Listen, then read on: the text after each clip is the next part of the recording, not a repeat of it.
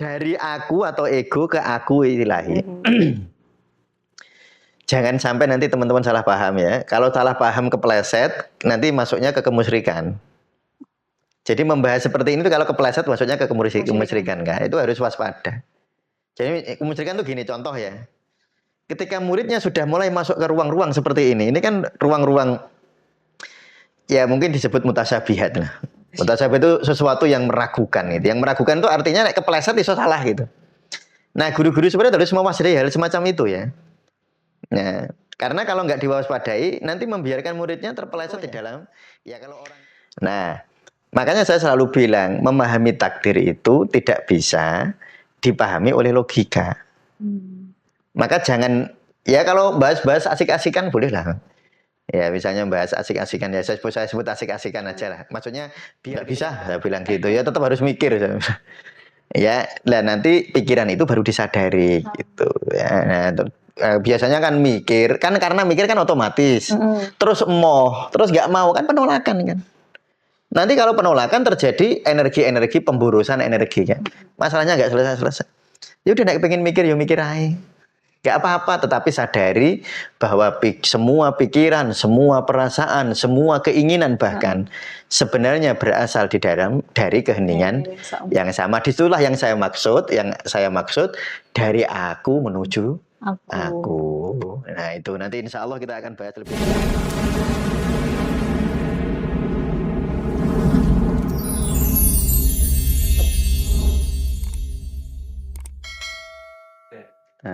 Assalamualaikum warahmatullahi wabarakatuh. Waalaikumsalam warahmatullahi wabarakatuh.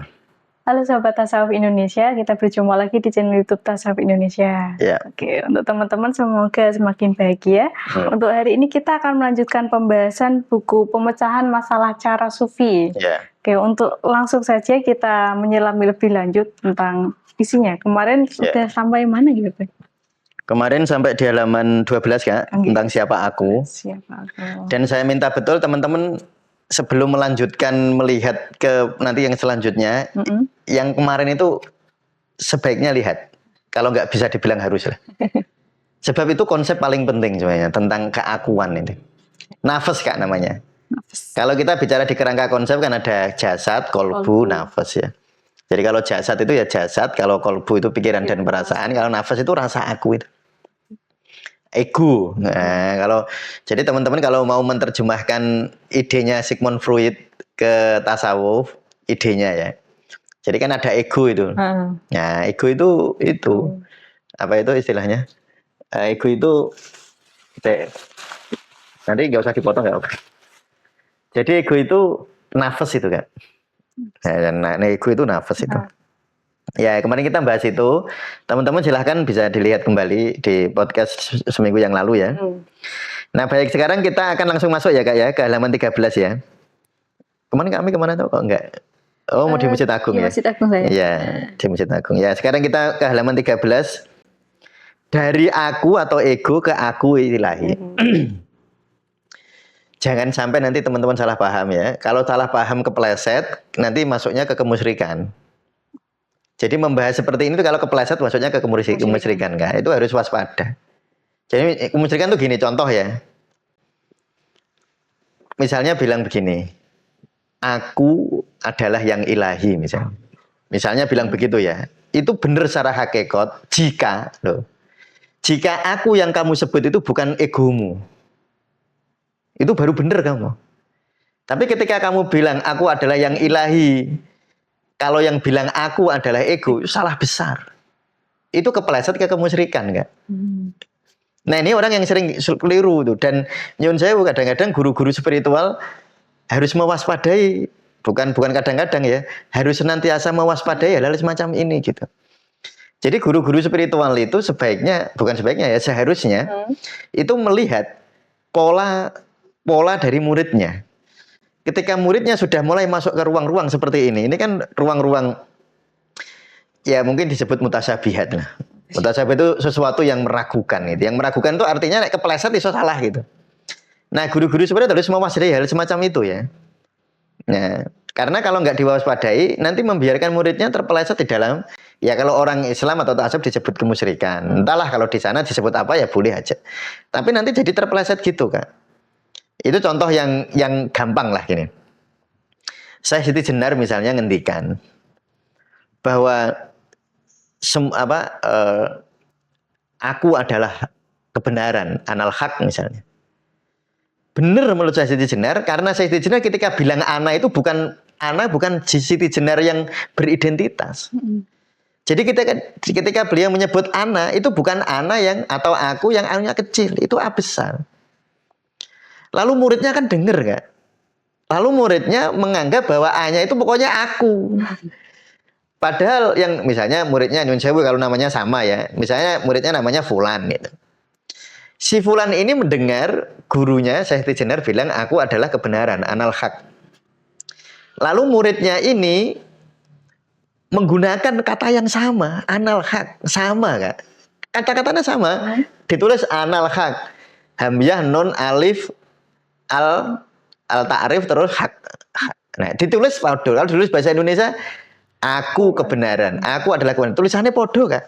Pengucapannya sama, tetapi rasanya beda. Syekh Siti Jenar ketika bilang aku itu dia dalam tanda petik lupa diri. Lupa diri itu bukan aku Siti Jenar yang disebut Syekh Lemah Abang, bukan identitas, bukan Siti Jenar yang gurunya kan Siti Jenar itu kan mulai punya guru namanya Ki Ageng Pengging ya. Ya, dan nanti ada Ki Ageng Pengging ya. Nanti Ki Ageng Pengging itu nanti punya anak Joko Tingkir. Ya, nanti terus macam itu bukan Siti Jenar yang itu. Ketika Siti Jenar ngomong anal haq itu, ngendikan anal haq itu. Lah muridnya ngomong aku Tuhan, aku kebenaran. Padahal aku identitas dia nyolong kemana-mana, mukulin orang, kemana-mana dolimi orang. Aku gak dosa, aku Tuhan gitu. Loh itu kan repot. Nah itu bahaya secara moralitas ya. Maksudnya bahaya secara norma sosial ya, bukan moralitas. Itu bahaya secara norma sosial. Kan coba betapa berbahayanya kalau kayak gitu.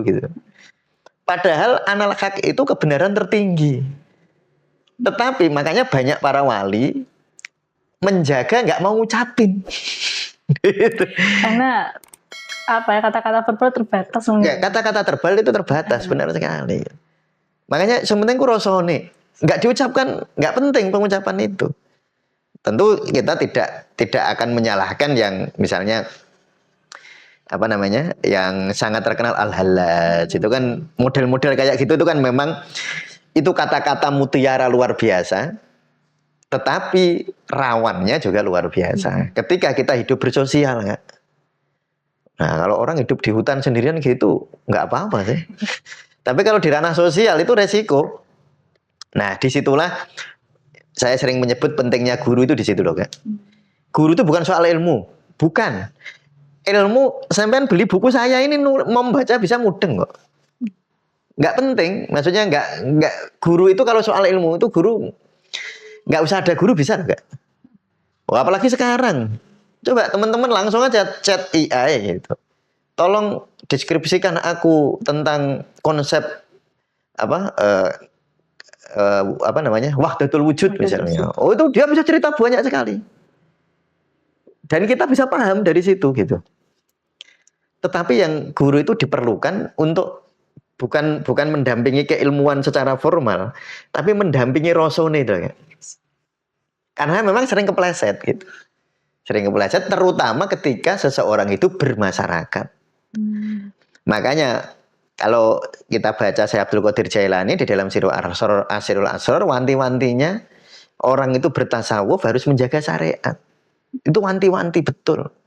Kenapa? Kalau syariatnya enggak dijaga, nanti ketika bersosial dengan masyarakat kacau balau kan. Ya. Jadi terutama bab mengendalikan ini dulu Kak.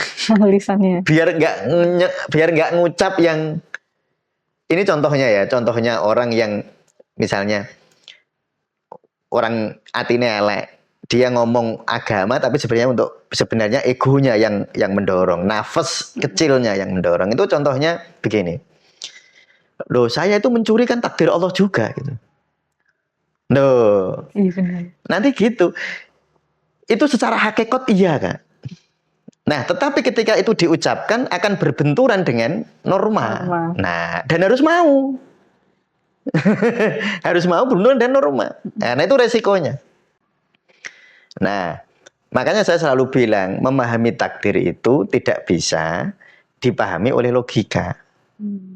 Maka jangan, ya kalau bahas-bahas asik-asikan boleh lah. Ya, misalnya bahas asik-asikan, ya saya sebut asik-asikan aja lah. Maksudnya biar ketika bahas nggak pakai musik gitu maksudnya.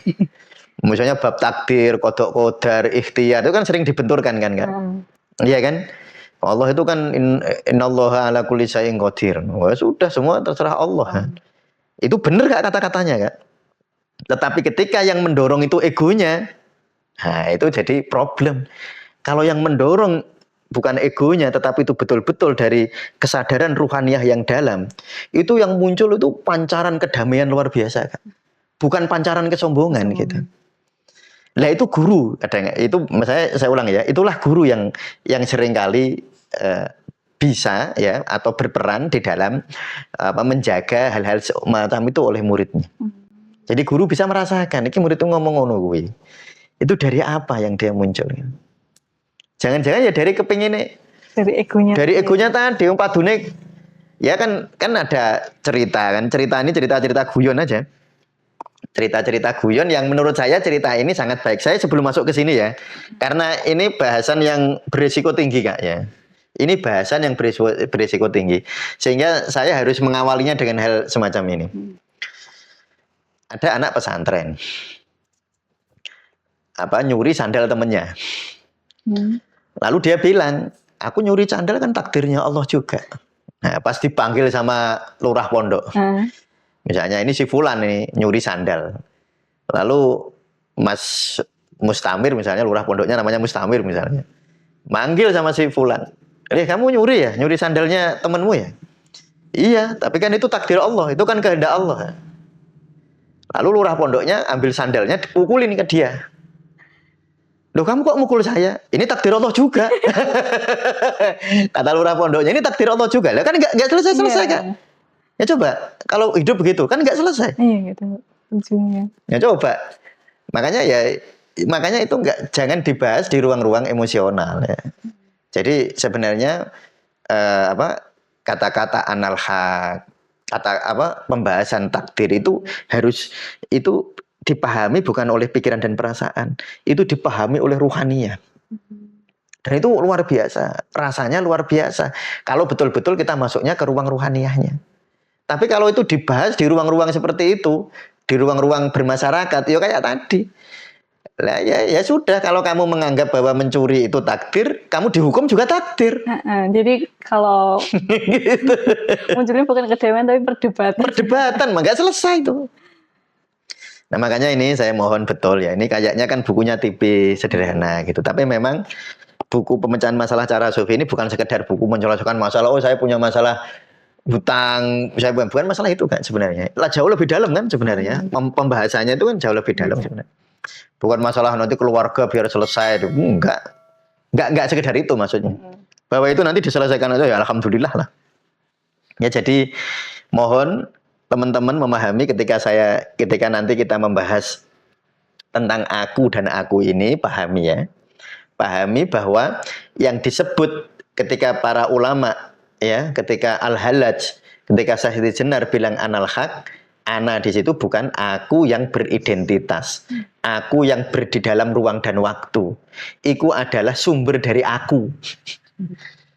Yang itu kalau di dalam Al-Quran, la ilaha illa ana fa'budni. Tidak ada Tuhan kecuali aku. Itu aku yang itu maksudnya. Dan itu ada bersemayam dalam tanda petik lagi nih, ini karena kalau enggak nanti keliru lagi. Bersemayam di dalam tanda petik di dalam diri kita. Nah itu bersemayam di dalam diri kita. Nah tetapi sekali lagi, kalau itu kamu ucapkan, kamu harus siap menanggung resiko. Ya maksudnya resiko-resiko norma itu loh kan. Nah itu ya kayak tadi itu. Biasanya kalau orang itu kakean ngomong ngono, itu biasanya egonya kayak yang jalan.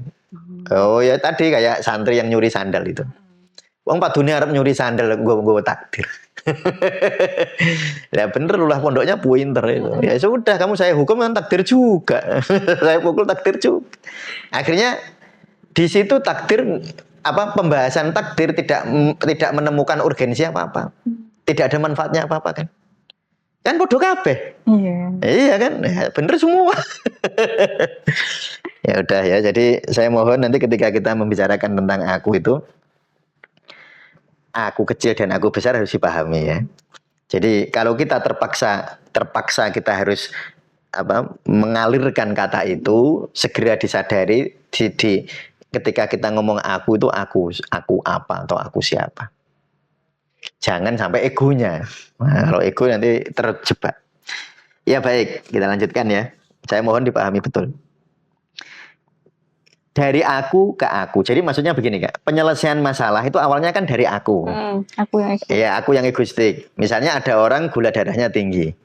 Lalu dia mikir, waduh aku kloro gula aku kan. Ya kan kalau nggak ada aku nggak ada masalah kan. Masalah itu kan selalu nempel di aku. Makanya orang kalau akunya dalam tanda petik luntur, masalahnya luntur. Karena semua masalah itu kan sumbernya dari aku. Kalau akunya nggak ada kan ya nggak ada masalah. Misalnya kami kehilangan gayung misalnya. Kan aku kehilangan gayung ya.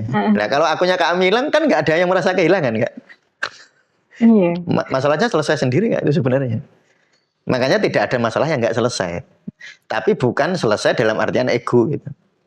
Kalau dalam artian ego banyak masalah nggak selesai kan. Coba orang yang meninggal itu meninggalkan berapa masalah coba. Misalnya kayak Rasulullah itu. Rasulullah itu sedo. Itu kan waktu itu ada salah satu orang yang hebat Usamah ya. Namanya yang anak muda itu kan sedang mau perang. Jadi ketika Rasulullah sedo itu sebenarnya kaum muslimin sedang ada ancaman dari dunia eksternal. Artinya bahwa Rasulullah sedo itu terus masalah selesai semua gitu loh. Iya kan? Iya. Ya orang-orang dulu ya meninggalkan masalah secara egoistik loh ya. Maksudnya secara hukum ruang dan waktu itu kan selalu ada masalah. Jadi jangan bilang begini, semua masalah bisa diselesaikan. Itu benar jika semua masalah bisa diselesaikan. Itu benar Kak. Kalau di ruang ruhani. Tapi kalau semua masalah itu bisa diselesaikan kalau maksudmu ego, nonsen, nggak ada. Misalnya, kan gayanya gitu, pengobat itu kadang-kadang saya rodok guyu gitu. Ya terus istighfar sih, kalau saya tertawa istighfar Kak. Ada terapis bilang, sudah Bu, tenang Bu, semua penyakit bisa disembuhkan. Lah iku sing ngomong sapa kok ngono iki. Kalau yang dimaksud sembuh adalah sembuh menurut pikirannya. Kalau menurut pikirannya sembuh, diabetes sembuh itu apa Kak? Jadi normal kan gulanya. Kalau yang dimaksud sembuh itu nonsen, nggak ada. Lah kalau semua penyakit bisa disembuhkan orang wong mati. Jadi kalau dimaksud sembuh atau masalahnya selesai itu menurut ego, nggak ada ya. Tetapi di ruang rohani bahkan masalah nggak ada. Jadi sebenarnya kalau di ruang rohani ini bahasanya mungkin agak sulit ya. Iya. Kalau di ruang rohani itu nggak ada masalah yang perlu diselesaikan. Karena kalau di ruang rohani memang nggak ada masalah. Kalau di ruang rohani memang nggak ada masalah Kak. Kalau di ruang pikiran dan perasaan kebak masalah. Benar. Iya kan, kebak masalah. Ya sehingga kita ini perlu menghayati. Jadi gini Kak. Jadi kalau kita punya masalah secara egoistik nggak selesai itu wajar Kak, biasa. Orang-orang dulu juga meninggalkan masalah. Iya kan? Iya, mungkin kayak dulu kalau saya pribadi mungkin ingin keterima di kampus tertentu. Itu kan dulu masalah saya, ternyata nggak terselesaikan. Nggak terselesaikan. Ya kan memang begitu kan. Dan nggak perlu diselesaikan juga kan Kak. Hanya perlu apa? Ya diterima aja ya sudah gitu. Sampai sekarang. Maksudnya itu ketika masalah itu tidak sesuai dengan ego kita, itu masalah menurut ego. Kita akui saja, memang itu masalah saya gitu. Kalau diakui nanti unik Kak. Kalau diakui itu larut, itu uniknya. Diakui, diterima itu nanti larut. Jadi maksudnya dari aku, ego ke aku itu maksudnya kita kalau menyelesaikan masalah jangan di aku terus, jangan begegek. Coba kami begegek itu, saya itu kan sering ngomong begegek ya. Begegek itu bahasa Indonesianya. Jangan di situ terus gitu maksudnya. Begegek itu wong begegek gitu loh. Begegek nggak mau berubah-ubah gitu. Pokoknya nengkene, pokoknya ada. Kekeh gitu. Ya kekeh. begegek, kekeh di situ terus. Harus kamu bertransformasi. Kalau kamu masih punya ruang ego untuk menyelesaikan masalahmu, ada ruang. Silahkan kamu lakukan. Tetapi sangat banyak hal yang kamu nggak tahu.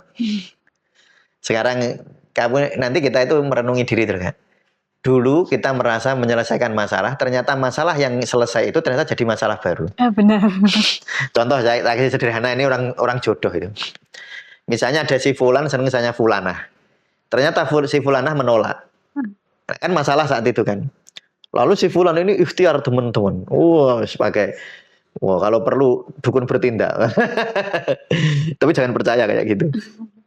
Nah, ternyata si Fulanah mau akhirnya. Kan masalahnya kayak selesai. Iya. Nah, ternyata setelah menikah 5 tahun, Fulanahnya selingkuh. Jadi masalah baru. Coba dulu kalau nggak nikah sama Fulanah, kan nggak ada masalah Fulanahnya selingkuh. Yang dulu berkah jadi masalah atau mungkin yang dulu iya, kalau dulu berkah jadi masalah atau yang dulu masalah sekarang jadi berkah. Makanya saya itu sangat terkesan dengan pesan Rasulullah ya. Habibaka haunamma, kalau mencintai ya sederhana saja kan. Asa ayakuna bagi doka yaumamma, siapa tahu yang dulu kamu cinta itu menjadi orang yang kamu benci. Abagit bagi doka haunamma, kalau benci ya sederhana saja. Asa ayakuna habibaka yaumamma, sapa ngerti ben itu jadi kekasihmu. Artinya apa? Memang dunia itu isinya ngono gitu. Wong iku gak ono wong apik terus itu, Kak. Okay. Ya, jangan berharap kayak gitu. Karena kadang-kadang istri itu berharap suaminya baik terus, jujur terus gitu. Wah, kalau harapannya kayak gitu, sekali berbohong kayak dunia runtuh, Kak. Kecewa. Ya kecewa. Makanya saya tuh sering guyon, makanya orang kadang-kadang sok jengkel sih kalau yang konsultasi dengan saya itu. Ya, Ustaz, suami saya membohongi saya. Biasa Bu, namanya orang. Tapi sebenarnya saya itu mau masuk ke ruang penerimaan sebenarnya kan. Menstimulasi ruang-ruang penerimaan. Bukan artinya saya benerke suaminya selingkuh sama itu enggak. Tapi menungso kan ya memang iso ngono kan. Iya, Nah, saya sering begini Kak kalau kayak gitu. Ibu pernah bohong enggak? Saya biasa nanya gitu kan. Ya pernah Ustadz, sama orang tua Ustadz. Dulu saya bayar SPP, enggak saya bayarin Ustadz. Kan saya pengen, iya kan ya pernah juga kan gitu. Bukan berarti bohong itu bener tuh enggak. Menungso itu mahalul khata' wa nisyan. Al-insan mahalul khata' wa nisyan. Manusia itu tempatnya kesalahan dan lupa. Gitu. Jadi nek bojomu salah itu kamu juga pernah gitu. Ya artinya yo mangkel tapi enggak berlebihan itu. Tapi uniknya gini Kak. Ini uniknya ya. Silahkan kalau nggak percaya dicoba. Semakin kita memaklumi orang di sekitar itu semakin baik Kak. Itu uniknya. Jadi ketika seorang istri itu memaklumi suaminya, semakin memaklumi, bukan memaklumi dipaksa loh Kak, memaklumi betul-betul ya. Memaklumi betul-betul. Kayak seorang guru yang memaklumi muridnya salah gitu Kak. Ya dimaklumi masih umur 5 tahun, membacanya masih susah. Di dalam pemakluman itu kan ada dekapan cinta kan sebenarnya. Ya kan? Yeah. Memaklumi. Nah, ketika orang itu dimaklumi, dia akan merasakan cinta. Dan seperti rumus yang sering saya sampaikan, semua akan tunduk di dalam singgasana cinta. Nah, jadi uniknya kayak gitu. Sebenarnya saya tuh mau membawa klien ke tasawuf Indonesia itu ke ruang itu. Ketika saya bilang, biasa Bu namanya suami bohong, kulo nggih nate. Saya bilang gitu juga. Ustadz pernah bohong sama suami, sama istri? Tanya istri saya, sering. Ya, cuma istri saya memaklumi biasa. Dan istri saya tahu bahwa saya melakukan itu ya buat dia juga. Karena saya menyayanginya, kan gitu. Jadi, ya contoh sederhana loh Kak. Contoh sederhana, ada suami bilang kepada istrinya, Bunda, kamu adalah orang paling cantik di dunia. Itu bohong apa enggak Kak? Bohong. tapi bohong yang asik kan enggak? Ya istrinya ya tahu kalau suaminya bohong. Bohongnya indah. Tapi itu kebohongan yang indah. Makanya kalau saya ditanya, loh Bu, namanya suami ya bohong sama istri biasa itu.